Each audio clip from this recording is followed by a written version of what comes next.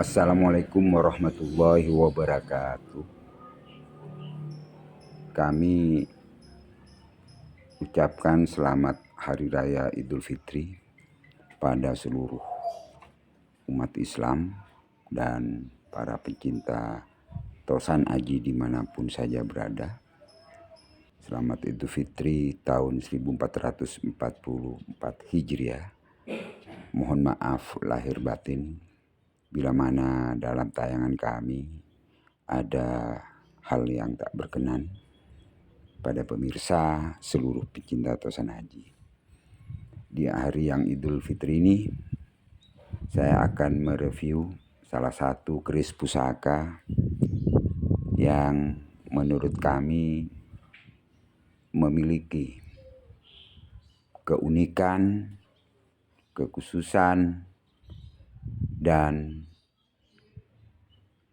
termasuk langka, yaitu keris Singobarong Luk 5, dan di mulutnya mengemut sesuatu, saya katakan aja sesuatu, dan sesuatu tersebut orsinil. Keris pusaka ini saya memahari di awal pandemi tahun 2020 kemarin dari daerah perbukitan di daerah Jember yang berbatasan ya dekat ke Banyuwangi, dekat ke Gunung Gumitir. Jadi keris pusaka ini warangka atau sandangan aslinya sudah tidak ada. Kemudian saya pesankan warangka Solo, Surakarta ya. Panjang bilah pusaka ini 36,5 cm, berdapur Singobarong Luk 5. Perawakannya luas ya. Tantingannya cukup ringan namun padat. Setelah pusaka ini ada di kami bersihkan ya. Saya angkat korosinya, kemudian saya putih, dan ini sejak 2 tahun kemarin ini baru 1 kali diwarangi. Akhirnya terlihat perwujudannya seperti ini. Jadi ini permukaan bilahnya sangat halus ya, lumer, sehingga pamor yang tercipta itu menyatu dengan besi ajinya. Degradasi warnanya kelihatan, mana besi, mana baja. Kelihatan bagian tengahnya lebih hitam warnanya dibandingkan pada bagian tepian. Jadi ricikan Singobarong Luk 5 ini pada gandhi ada ornamen singo yang di mulutnya tersumpal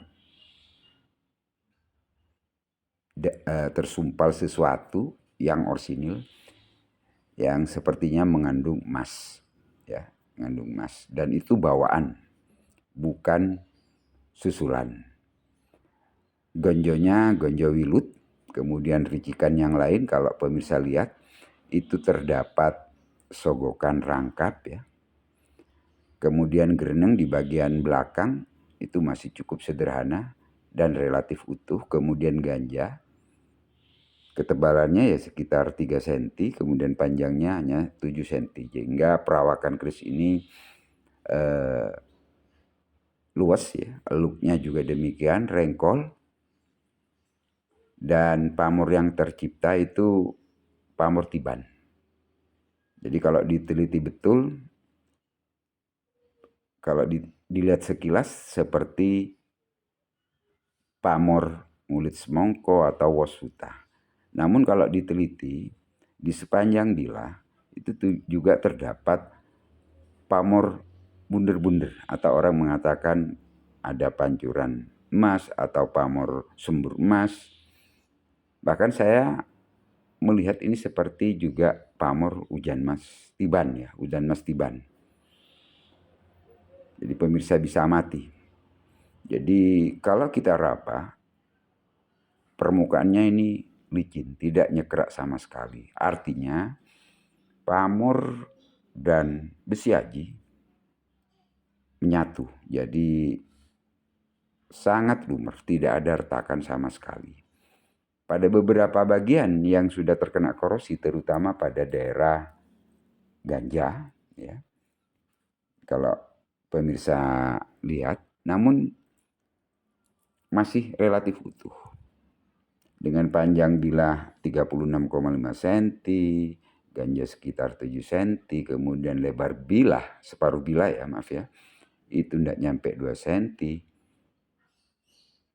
Estimasi saya, keris pusaka ini era Majapahit. Kemungkinan era Majapahit akhir ya. Mungkin Demak atau Sedayu. Tapi yang jelas tempat lipatnya sangat matang. Kalau kita minyaki keris pusaka ini, untuk kering minyak tersebut lama. Bisa 2 hari. Ya, 2 kali 24 jam. Kalau dibiarkan baru kering betul. Bisa diamati gandeknya ya, singobarongnya. Kemudian bentuk sogokannya. Janurnya ya juga. Pemirsa bisa amati juga. Bawang sebungkulnya. Nah ini yang saya katakan. Gonjonya relatif kecil. Kemudian ketinggiannya ya sekitar saya ukur 3 mm. Jadi mungil gonjonya. Demikian juga paksinya. Paksinya itu berbentuk oval.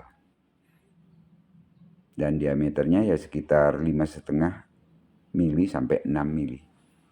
Cukup utuh sekitar 6,5 cm panjangnya. Pada video sebelumnya di channel ini, kalau nggak salah sempat saya upload ke paksi-paksinya.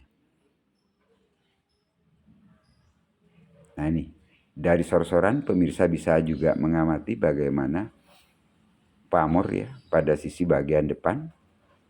Nah ini, terdapat pamor sembur emas atau hujan emas yang tertata, tidak teratur, namun menyebar di sepanjang bilah.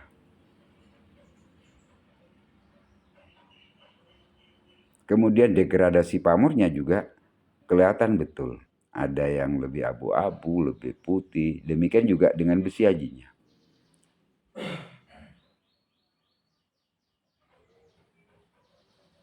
Kondisi bilah ini memang tadi sempat saya minyaki sekitar 2 jam tadi, kemudian saya lap dengan tisu. Jadi pada beberapa bagian memang terdapat masih bekas minyaknya.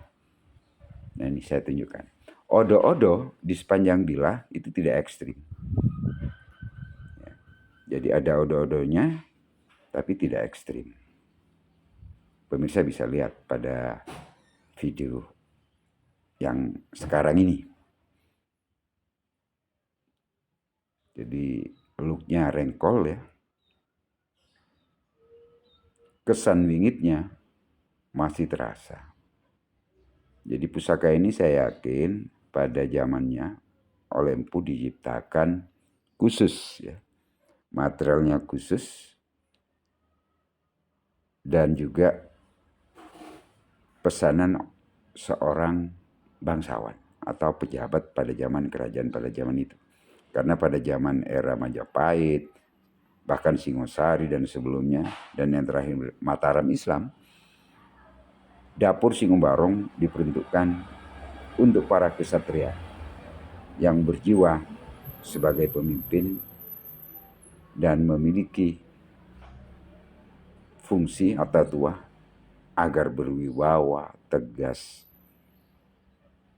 dan tidak sembarangan dalam menuturkan atau mengeluarkan kata-kata. Makanya simbolnya ada di mulut singonya, disumpal bisa permata, emas, dan bahan logam lainnya.